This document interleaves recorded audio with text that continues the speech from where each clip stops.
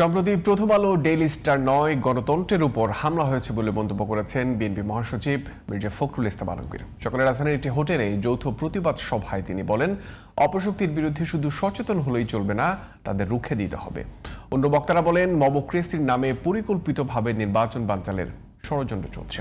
গণমাধ্যমের উপর হামলার ঘটনায় সরকার নৈতিকভাবে দুর্বল হয়েছে বলে মনে করেন সুশীল সমাজের প্রতিনিধিরা। বিস্তারিত মনিরুজ্জামানের রিপোর্টে। প্রথম আলো ও ডেইলি স্টার পত্রিকা ভবনে হামলা ও অগ্নিসংযোগের ঘটনায় সোমবার রাজধানীর একটি হোটেলে যৌথ প্রতিবাদ সভা করে সম্পাদক পরিষদ ও সংবাদপত্র মালিকদের সংগঠন নোয়াব। এতে অংশ নেন বিভিন্ন রাজনৈতিক দল, গণমাধ্যম ও সুশীল সমাজের প্রতিনিধিরা।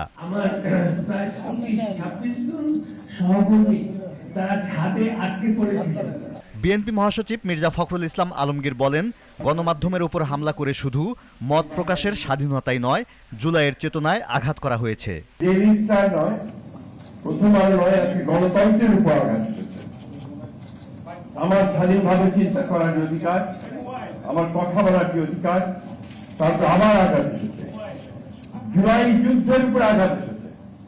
জুলাই যুদ্ধ ছিল এই দেশের মানুষের অধিকার প্রতিষ্ঠার যুদ্ধ। সেই জায়গায় আঘাত এসেছে। অন্যান্য রাজনৈতিক দলের প্রতিনিধিরা মনে করেন, এ ধরনের হামলার পেছনে নির্বাচন বানচালের ষড়যন্ত্র রয়েছে। তাই গণতন্ত্রের পক্ষের শক্তিকে ঐক্যবদ্ধ থাকার আহ্বান জানান তারা। এখন যেটা হচ্ছে, এটা সম্পূর্ণভাবে পরিকল্পিত অপরাধ হচ্ছে এবং এটা পুরো দেশের রাজনীতি, নির্বাচন সেটাকে একদিকে নিয়ে যাওয়ার জন্য এই পরিকল্পনা চক্রান্ত।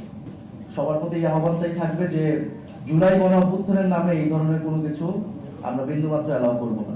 এই জুলাইয়ের নাম ব্যবহার করে কিংবা হাদির যে হত্যাকাণ্ডের বিরুদ্ধে মানুষের যে ক্ষোভ, তাকে ব্যবহার করে আজকে যে জায়গায় যাওয়া হচ্ছে, পরিষ্কার ভাবে পুরো অভ্যুত্থানকে একটা ফ্যাসিস্ট আবার গ্যারাকলের মধ্যে ঢুকিয়ে দেওয়ার চেষ্টা। পতিত স্বৈরাচার তার সমস্ত শক্তি নিয়ে এখনো সক্রিয় আছে। দেশে এবং বিদেশে সব জায়গা থেকে বসেই তারা এই সমস্ত কাজগুলো করছে। এজন্য আমাদের জাতীয় ঐক্যের কোনো বিকল্প নেই। প্রতিবাদ সভায় যোগ দিয়ে মানবাধিকার কর্মী ও সুশীল সমাজের প্রতিনিধিরা সরকারের ব্যর্থতাকে দায়ী করেন। দাবি জানান, এই ধরনের উস্কানির সাথে জড়িতদের দ্রুত আইনের আওতায় আনার।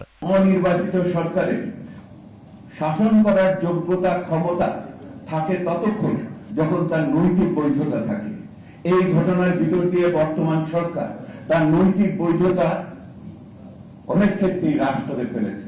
গণরোষকে একটা অস্ত্র বানিয়ে ডেইলি স্টার এবং প্রথম আলোর উপরে হামলা করা হয়েছে, আবার যাতে গণমাধ্যমের মাধ্যমে যারা কাজ করে সবাইকে ভীতি দেখাবার জন্য। উস্কানির পেছনে কে আছে সেটা তদন্ত করে প্রকাশ করার দায়িত্ব সরকারের। হামলার ঘটনায় নিজেদের মধ্যকার দ্বিধা বিভক্তিকেই দায়ী করেন গণমাধ্যমের প্রতিনিধিরা। সাংবাদিক ইউনিয়নকে কঠোর পদক্ষেপ নেওয়ার আহ্বান জানান তারা। এই ঘটনা ঘটার পরেও তাদের বিরুদ্ধে কোনো ব্যবস্থা নেওয়া হলো না কেন? রাষ্ট্রের কাজটা কি?